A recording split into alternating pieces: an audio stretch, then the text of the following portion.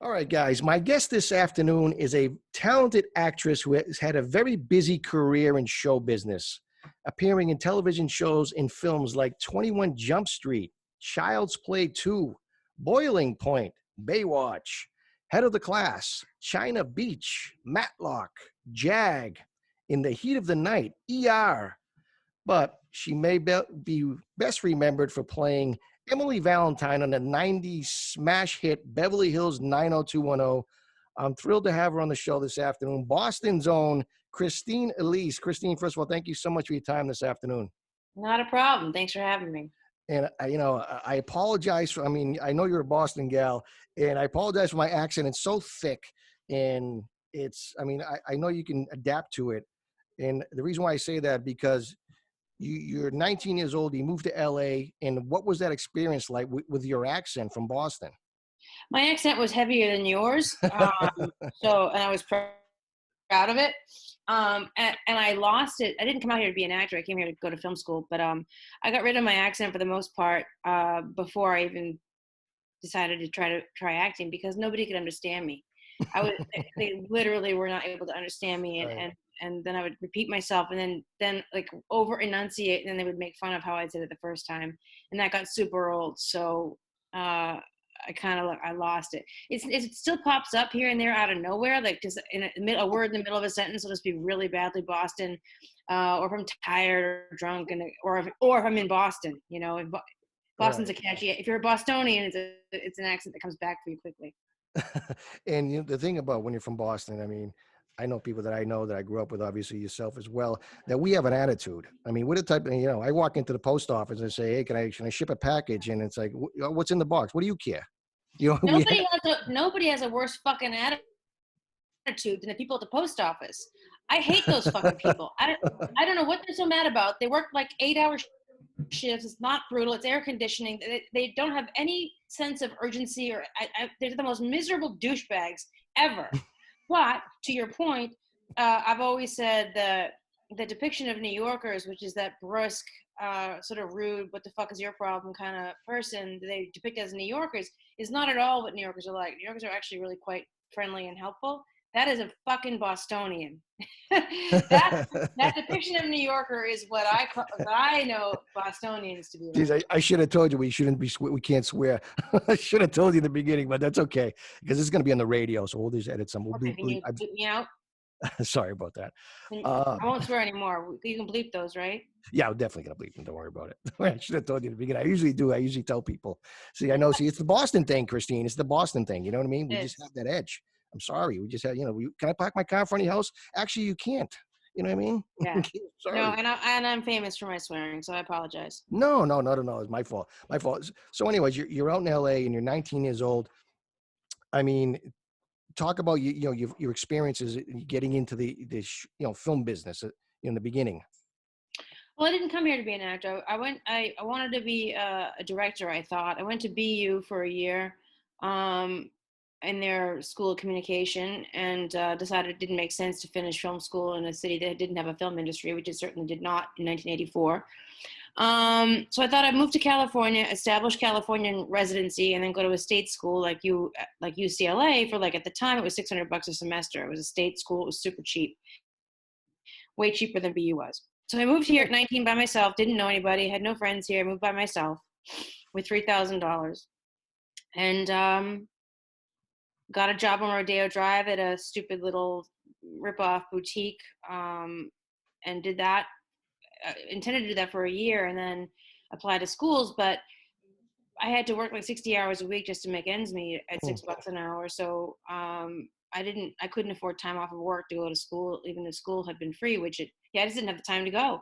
So 2.5 years later, I'm like, oh my God, I'm going to be in retail the rest of my life. And I loathe retail. This is not at all what I want for my life. How can I keep going in the same direction toward being in the film industry? And I took some classes at LACC, City College here. And then it's like, well, taking 2 classes a semester, I'll graduate in 75 years, and from a school nobody cares about. So that's not really a viable option either. And then I was like, well, what can I do at night after work? I can take an acting class. Maybe I should take an acting class because I want to be a director and I want to be directing actors. I should know what an actor's job actually is. So I took an acting class and was pleasantly surprised by how much fun it was. And so then I decided to try to pursue that. I thought if lots of people who can't act make a living, I don't know why I can't be one of them. I And know. and while I'm on a set, I can learn on a set, learn on the job, work my way up from the inside rather than the outside. And once I got on sets, which happened pretty quickly for me because I looked 15 even though I was 22. I played 15, 16, 17 for a decade.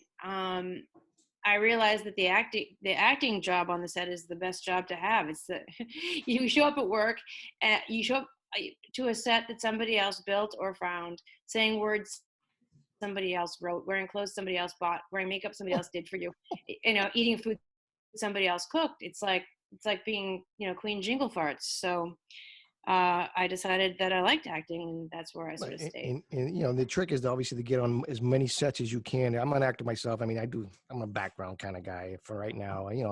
Life takes over. You got wife, kids, mortgages. So, you do what you got to do. So, the best thing to do is get on as many sets as you can starting up, because it's like osmosis. You can just learn, and you make connections, like things like that. Right. Agreed. And so Uh, that's what I did. your first acting job was in the movie of the week called Town Bully. I mean, how did it feel just actually getting a paycheck for the first time?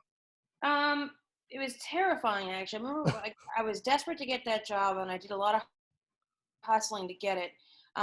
Once I had it, though, and it was like between when they hired me and when I had to actually show up to work was maybe a week or so, and that was like the happiest week of my life because I had a job. It got me my SAG card, my union card, which is it's one of those union SAG cards are like it's that impossible I dilemma know. where you can't get a job if you don't have a SAG card, but you can't get a SAG card unless you have a job. So it's one of those it's really a difficult conundrum. So it got me my SAG card. I was but the day I had to go to work, I was terrified. Like now I gotta deliver. Now Right. I gotta show up. Right. And they're gonna pay me to act, and I'm not trained. I took like one acting class. I'm a totally instinctive actor and not an actor with chops like like Meryl Streep's of the world. So it was terrifying. Mm. And then while we were shooting it, the writers went on strike. It was like 1988 or something, I and the remember that. writers Right. went on strike, and the whole town shut down in the middle of that production. So then there was a forced like 6-month hiatus because there was nothing in production after that. But it was a great job, and it got me in the door. So Yeah, that's fit. I mean, nowadays, I mean, back when you were starting out, there was a lot of, you go to auditions, you knock on doors, or you get you get some sides, you go there, you do your job, you go in front of like 20 people, and then you get a call back. Obviously, nowadays it's a little bit different. There's a lot of. Do you see? I mean, the video auditions. Obviously, do you miss in other words, do you miss being in front of people auditioning? I do. I do much better in that Really? Hmm. dynamic. Yeah. Don't get It's freaked out. it's super terrifying. I know, right? I know. It's maybe TMI, but I literally I get like diarrhea. I'm so afraid. I'm a really terrified to this day, terrified auditioner. It's really Yeah, it is. paralyzingly scary thing for me. I, But I tend to do better in a room. Back in the day when I started for the first half of my career, anybody that wanted to have an opinion as to whether or not you should get the job had to actually be in the room and see you do it, which really limited how many people there would be there. It wasn't 20 people for the most part, unless you were reading to be a series regular on something. Otherwise, it would be like between 2 and 5 maybe, and it's a smaller pool of opinion that gets to contribute to whether or not you get a job. I'm always a controversial choice. I'm not, I'm not Julia Roberts. I'm not one of those crowd pleasing like everybody on earth loves her kind of Oh, people. well, And that's so also good. the more That's also good, Christine, because you stick out. I mean, if you're a model in LA, I mean, I had a friend of mine, great looking guy. I mean, type of guy when he used to go to nightclubs, he'd come in, you leave right, because there's nothing you can do there. So, but this kid was like a soap opera mhm, type of good looking. But he right, told me he moved out to LA. I said, dude, how you doing out there? You get any jobs? He goes, dude, everybody looks like me. yeah. So it's a good Every that pretty person, everybody that was ever told they were attractive in high school moves to LA and thinks they can be an actor. But no, it's good that, and I have no problem with the fact that I'm different, and I, I lean into that obviously. right. But the problem is that when now the casting is, you don't even meet the casting director anymore, so you don't get to make any kind of an impression on your personal charisma is out the door. Right, There's not kind right, of any right. energy people have. They can't feel it on tape. It goes away for the most part. And there's no opportunity for them to redirect you. So there was an audition I did one time for a show called The Strip, and I read for it, and one of the producers was in the room, and he was falling asleep. And when I was done, and he was like, didn't even like respond when I stood up to leave. I go, dude, I hope I didn't put you to sleep like that. I hope I didn't suck that bad. And he was like, ha ha ha, that's the attitude we want. Do it again with that attitude. And I did, and I got the job. But I wouldn't have gotten the job if I had submitted that performance on tape. Right. So, right. and then the other problem with being on tape is that tape that then gets uploaded to a site where everybody and his uncle can look at it. So every jackass, from people's housekeepers to, people's grandmothers get to put their 2 cents in as to whether or not you should get the job. And when that many people are picking in that too many cooks scenario, I never get a job. Mm. So you like to go back to the old style, obviously. It's never going to happen that way again. Yeah, so nowadays, I can want it as badly as I want to, but I tend to do, the last movie I got was a movie called Prom, and I got it because it was old school, directors in the room. And but now with COVID, forget it. Like now, you're right. Never gonna. Yeah, I mean, back then, like you said, you're 19, 20, you're starting out. But how did you land your agent? Did you get an agent in the beginning, or did you? I did one of these terrible stories where my boyfriend at the time was trying to be an actor too, and he was going to read for some silly, BS play in the Valley. And I was like, oh, I'll drive you there. I'll go too. And then while I was there, I auditioned with him, and then he didn't get a job, and I did, which is. I hear that all the time. Never bring anybody with you to an audition because they'll get the job. I hear that all the time. The worst, right? And I can't believe I have a story like that. But it was a bunkus little play that maybe 75 people saw in its 3-month run. It wasn't like it was anything substantial, and the theater that it was in has since been torn down. But on the last day of that play, one of the other actors said, you really should call my agent. She would really like you. And I did call her, and she did like me. And she remains a close friend of mine to this day. So I got in quickly. She was sort of an offbeat newbie too, with a little tiny office that was just a one-off agent in her own office. It was called the Rainford Agency, Nancy Rainford, the Rainford Agency. And she was, a little hungry little agent trying to get established. Right, and I a little was boutique. Yeah. So go ahead. Sorry. She really got me. Most people don't get me, and she really did. So. Right. Yeah, because you do stick out, and I guess I go out there a lot, and I stick out, and it's you can feel people staring at you in terms of, I go check in at a hotel. So you're from New York, you're from Philadelphia, you're from New Jersey. I never get Boston. Never. They never nail it. They say, oh, you're from Boston. I could tell. It's always one of those 3 different states. But I could tell in a heartbeat. Yeah, see, it's part of the DNA out here. It's in the water. I don't know what it is, but we do have that edge, and but it's good to have. You don't want to be around a bunch. I wouldn't trade it for anything. I think it's fantastic. No, hell no. So Christine, you played Kyle in the Chucky movies. I got to ask you, how weird was it to play the same character almost 30 years later? It's not weird at all because it's all pretend, right? So right. It's all weird.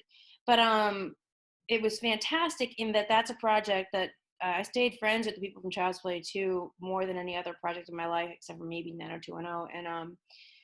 And so it was a family environment, and one that I've really craved being brought back into for 20 years, 25 years. So it was great. I mean, I only had 2 lines, and it was literally 40 below zero in Winnipeg at 4 a.m. And they almost didn't shoot it. Like, they flew me out there, had me out there for a couple of days, and I'm out at 4 a.m. waiting to shoot my 2 lines, and they almost cut it because they were going late, and they're like, we don't have time. We had to pull the plug. And thank God Dawn loves me and is my brother, and was like, no, she's here. We're shooting this. So it was great. So maybe you can tell me what the status of this is. This Sci-Fi network? It's Sci-Fi in tandem with another network. It's a dual network show. I think it's USA. It might be USA. Okay. I'm not sure how that works, what that's about. But I know that I think the way it stands right now is it's 8 episodes. I haven't been offered a job yet, so I can't confirm or deny. And I can tell you for sure I haven't been given a job yet. That's all I know. Well, I'm sure they will. I hope they do. I hope they will. They know I want in. I can't imagine how they can shift from the end of Cult of Chucky and not bring me in. But stranger things have happened. So fingers crossed. And if it does happen, I'll be super excited, because the BH 90210 reboot that we did last summer Yeah, I was want to. super awesome, because I That know was it's 30 years, and while I'm super close to Jason, the rest of them I'm not as close to.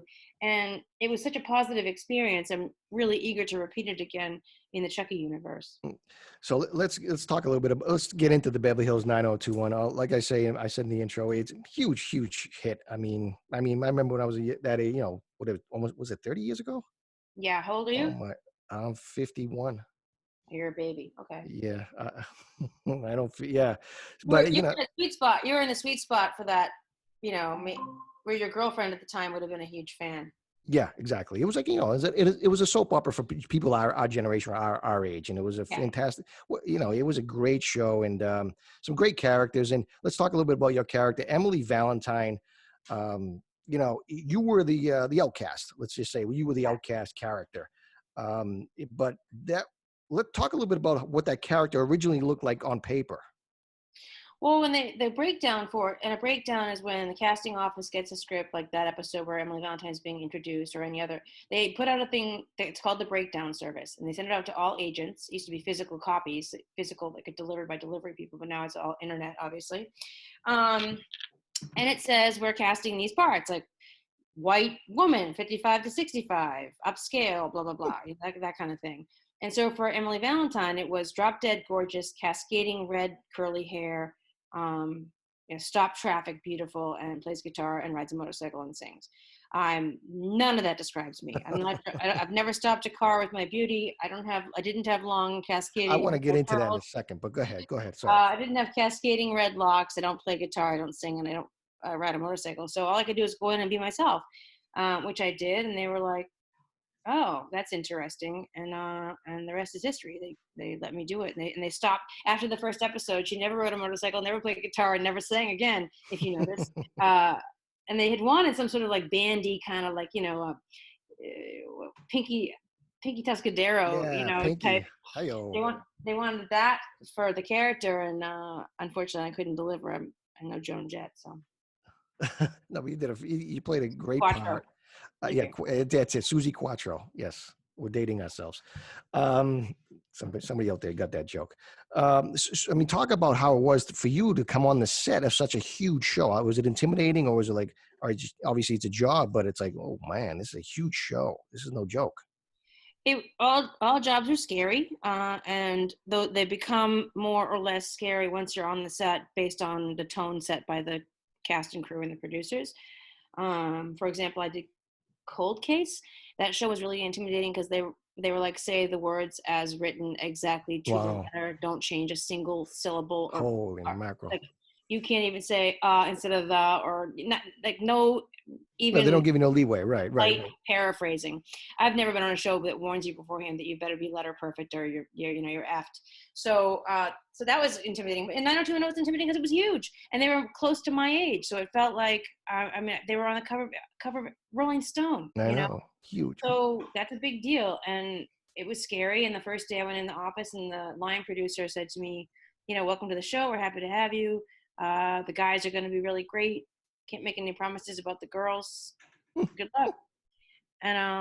And the girls were indifferent to me, which is fine, and the guys were fantastic, which was awesome. And Luke went out of his way to be generous and like have lunch with me for the first couple of days, when you're like total, like It's sort of like high school. The girls, they had their little cliques. Yeah. It was like high school. I was the new kid in school, like literally and figuratively. So like I was playing the new kid in school, and I'm the new kid in school there, so exactly.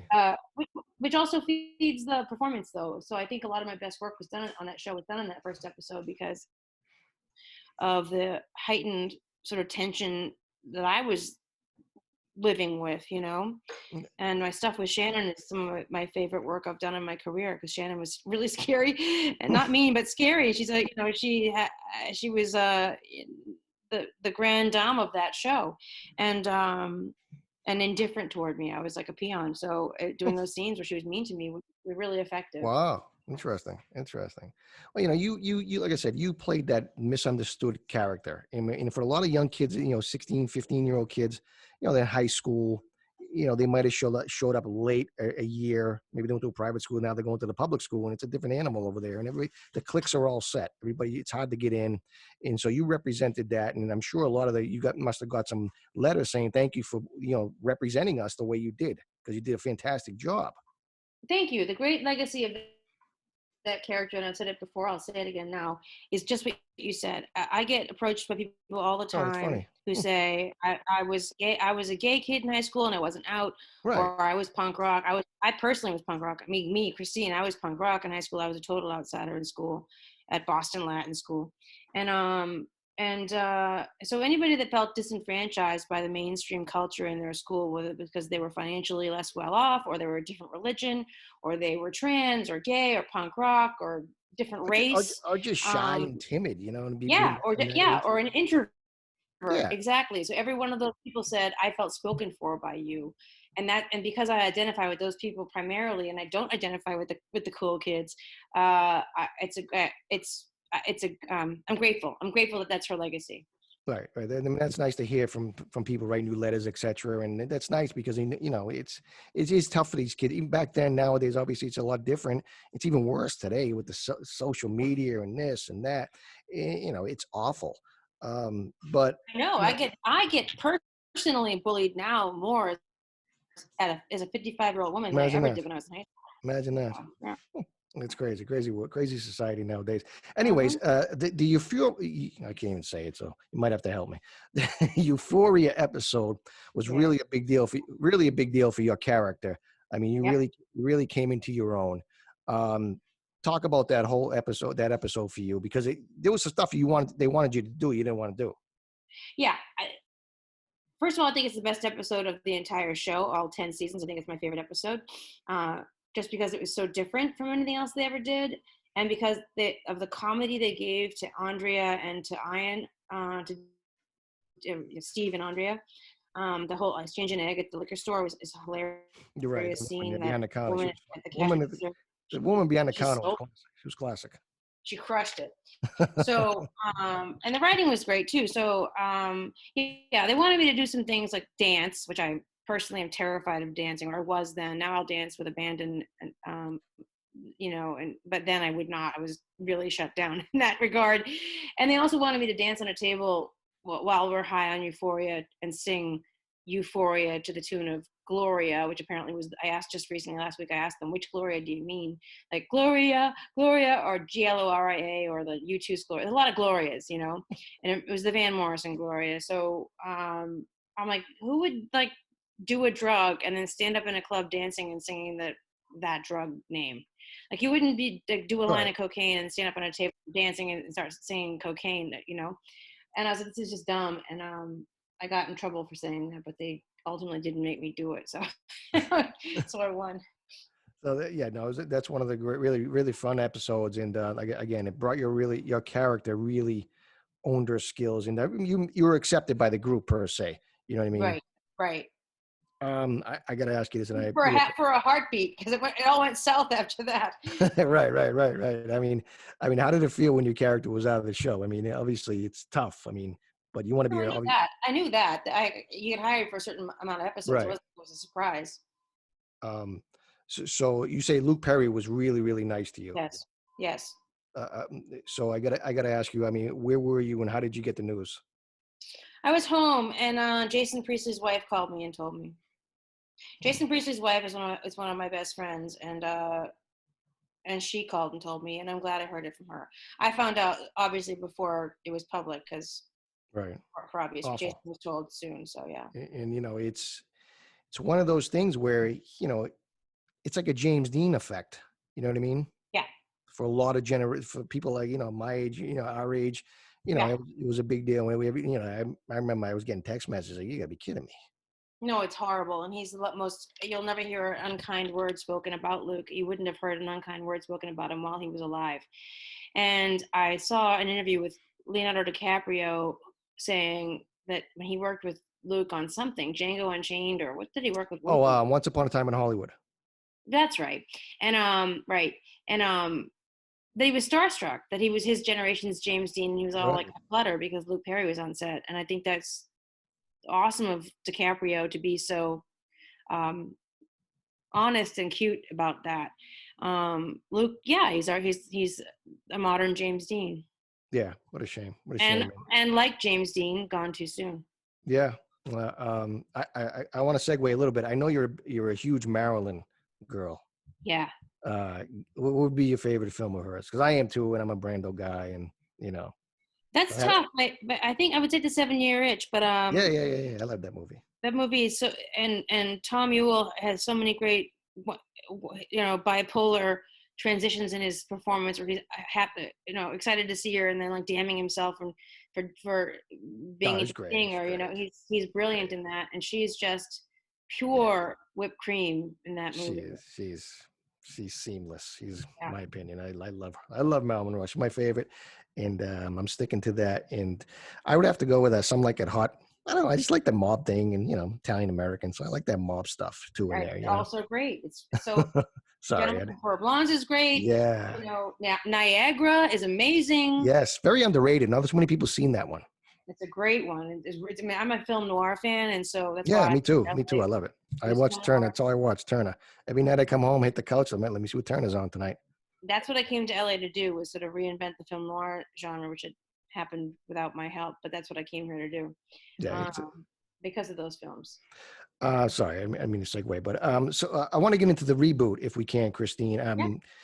What's great about what I invite so many people on my show, and we get the stories behind the stories that nobody knew. I mean, now this is a great story. Now, how did you get the reboot job? You sound like you know the answer already. Yeah, I'm like an attorney. You know what I mean? It's like, You know the answer, don't you? What's that? You know the answer, don't you? No, I vaguely I do know it. Yeah, I somewhat. So the day that Luke had his stroke, coincidentally, was the day they announced, they began the ads running that they were going to bring 90210 back.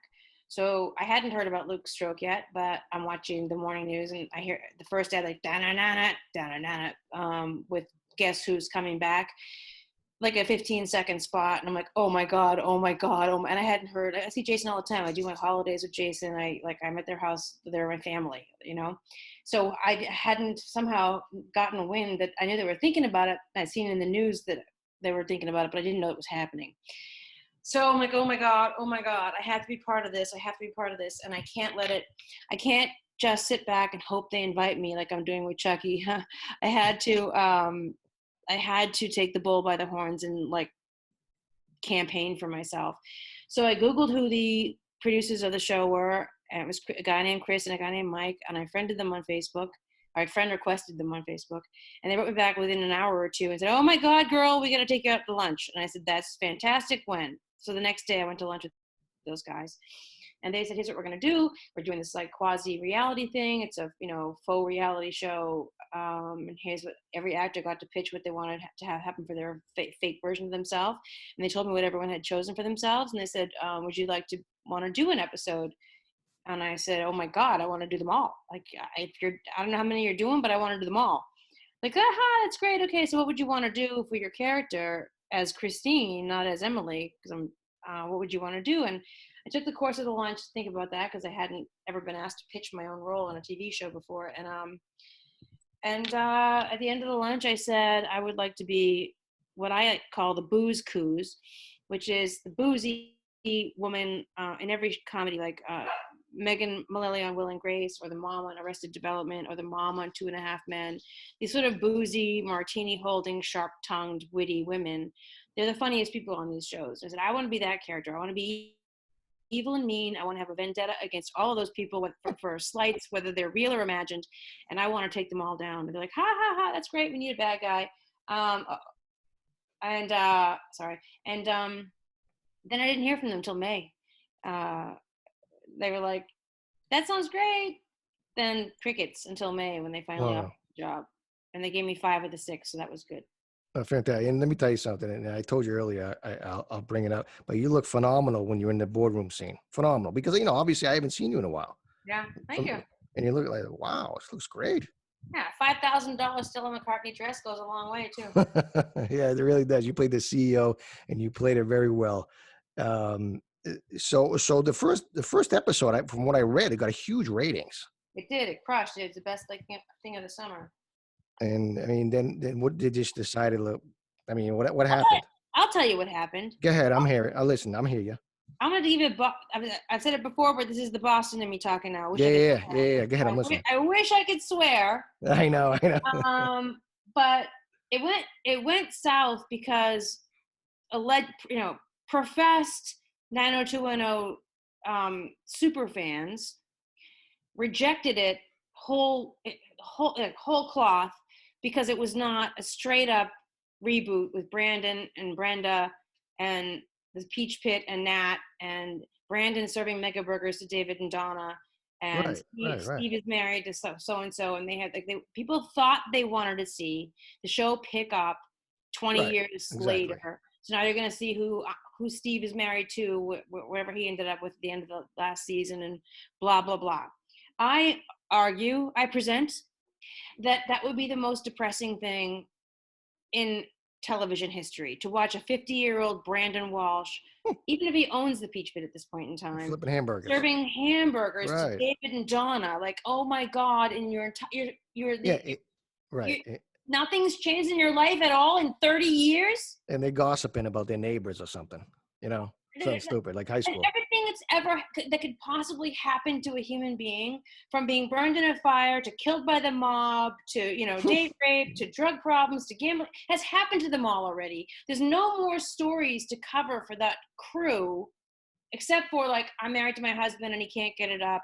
I'm married and I'm stuck home with the kids and I really want a career. Like, this is just like icky, depressing stuff, And so people that claim to be huge fans just rejected the show, and we lost the audience. Like, big whopping chunks of the audience fell off every week. Some people apparently weren't clever enough to follow the concept, which I don't think was that complicated. But yeah, it was super fans that killed the show. It was people who claim that they're big 90210 fans. They're the reason we didn't get a season 2. You heard it from me. Yeah, I mean, because like I said, when I read the first, the ratings the first week, I said, oh, cool. Maybe they'll keep it, stretching it out. Who knows? Again, a lot of people nostalgic for that stuff. I mean, in terms of, it's great. Like I said, you look phenomenal. I haven't seen her in 30 years. In terms of from Beverly Hills 90210 and things like that. So it's good to see. And I tell my kids, oh, this is the show I watch. The show was really smart and funny. Right. The show was really smart and funny. I don't think it was depressing at all. I think making it a comedy, the fact is we're all, 25 years older than we were back then. I think Aaron Spellman would have went for it if he was around. Of course he would have. Yeah.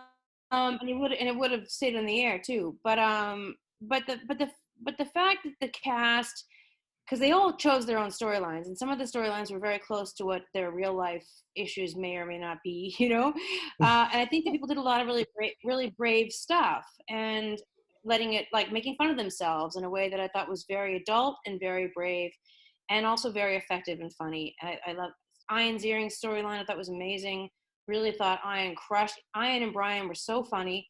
Having these actors, Tori's really funny too. Having these actors get a chance to do some comedy stuff, I think, was amazing.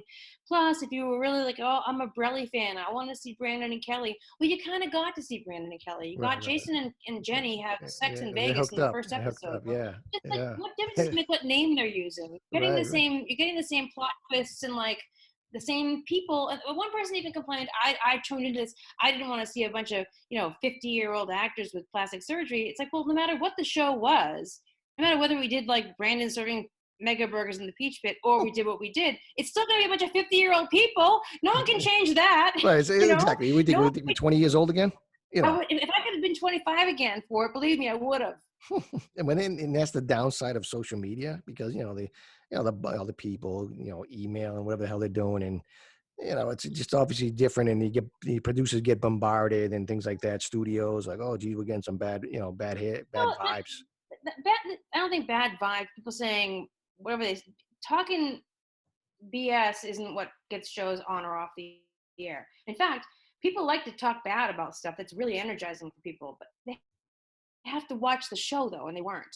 They did initially, and they just dropped off exponentially each week, and that's why I didn't. You gotta give it a chance. At least give it a chance. Give it a chance. They didn't give it a chance, and if they had given it a chance, I think they might have been won over, but they didn't, and that's why I say the people that called themselves the biggest 90210 fans, if you didn't watch all 6 episodes, you're why it didn't come back, and you cannot go on to call yourself the biggest 90210 fan because you are a hatchet in my chest. Yeah, what a shame because it was fun. It was fun to watch, and it was a great show. Like you say, it was in great storylines, funny storylines, and it's too bad. It's too bad, Christine. And I want to ask you, what are you up to now, Christine? And I mean, I know there's a lot going on in terms of the virus and stuff. Obviously, they're trying to get up and running again. I'm on maybe my 35th 1,000 piece puzzle that I've done since the middle of March. I call myself the puzzle assassin. I can do 1,000 piece puzzle in, from 1 to 3 days, typically, depending how much time I have to address it. Yeah, I'm just here trying not to gain the COVID-19. And by the way, I mean in pounds, and stay alive until the world opens up again. There's nothing to do. I live alone, and I have dogs, and I've got, there's no industry right now, and while some restaurants are open, you can sit outside. I don't see any social distancing going on to the degree that I require it, and so yeah, I've had 2 meals off my property since March 13th, both of them at the priest's house. And so yeah, I'm doing a whole lot of nothing. I have a vegan cooking channel on YouTube called it's called Delightful Delicious Delovely, but videovegan.com is how you get there. It's like 150 episodes on the show. I just put a new one up today of a 90210 interview I did last week, actually. But that's been difficult. I abandoned it for a long time. Then during the height of COVID, I got back into it and was making a bunch of pies and things. And then I have to eat everything I make, and it became not a manageable reality where I'm making a pie and I've now got to sit there and eat a blueberry pie. So real quick, Christine, because we're going to wrap it up, unfortunately. So if you're in Boston, if you happen to be here, where are you going to get a pizza? Oh, that's tough. I used to be Little Stevie's down there by Berkeley. Where did you grow up? I didn't ask you. I'm sorry. Roslindale. Oh, cool. Rosie. I'm from Rosie. My parents are in JP still. So Little Stevie's Pizza next to the Mike's Drum Shop on Mass Ave near Berkeley. Is it still there anymore? I couldn't tell you. I haven't done that area in a long time. Is it Mike's Drum Shop? Somebody will know. But Little Stevie's Pizza by the Slice on Mass Ave around the corner from Berkeley. That's where I would go for pizza. Fantastic. Well, if you're in town, we'll maybe when this crap's over and you're in town someday to visit family, we'll get some. We'll hook up. Indeed. Okay, cool. Christine, this has been great. Wait, one more thing. Yeah. I wrote a really funny novel. I wrote a really, really funny. Oh, sorry. Go ahead. I wrote a funny, dirty novel. It's called Bathing and the Single Girl. If you go to bathingbook.com, there's a 10-minute short film you can watch there. It kind of works as a trailer for the book. And you can see what the tone of the book is. And the book is available on Amazon. And it's not erotica. It's not erotica. It's dirty comedy. It's like Larry David wrote a book on dating. All right. Yeah, I mean, I have all your addresses, so I'm going to put them on social media. And so thank you so much, Christine. And hopefully this stuff gets over quick and you get your tail back to work and get out there because there's a lot of people. You have a big fan base, and so I'm one of them. And I hope to see you soon on the big or small screen. Thank you, sir. Thanks for having me. All right, Christine. Thank you so much. We'll talk to you soon. Okay. Bye. Good night. Bye. She was great. Justin, you there? Yeah, what's up?